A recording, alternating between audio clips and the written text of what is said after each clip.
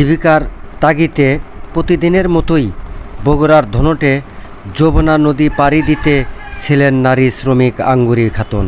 কিন্তু আর ফেরা হলো না ঘরে। যমুনার বুকে নৌকা ডুবির পর নিখোঁজ থাকার দীর্ঘ অপেক্ষার শেষে উদ্ধার হলো তার নিথর দেহ।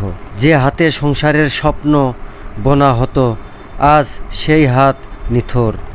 যমুনার ঢেউ যেন আজও বয়ে বেড়াচ্ছে এক অসহায় পরিবারের সুখের গল্প।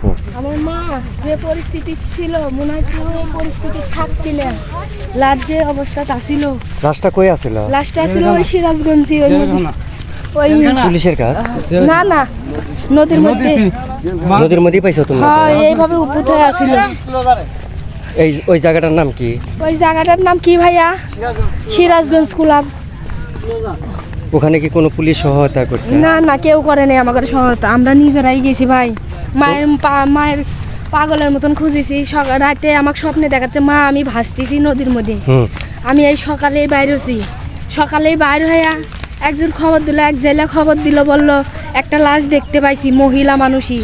ওরা তোলার চেষ্টা করছে, ওরা পারে নাই, সোতে চলে গেছে। ওই যত দূর যায় সে তো দূরই যাবো, নৌকা রিজার্ভ করে নিয়ে চলে গেছি আমরা। পরে দেখা দেখির পরে যায় দেখি ওই যমুনার মধ্যে মাঝখানে আমার মা ভাইসে উঠে আছে। পরে লাশ আমরাই তুলেছি, কেউই সহযাত্রী করেনি আমাদের। কয়টার দিক সেটা আনুমানিক হবো? তাও 12টা? হ্যাঁ, 12:30। আম্মুক যখন তুলেছি আমরা নৌকা।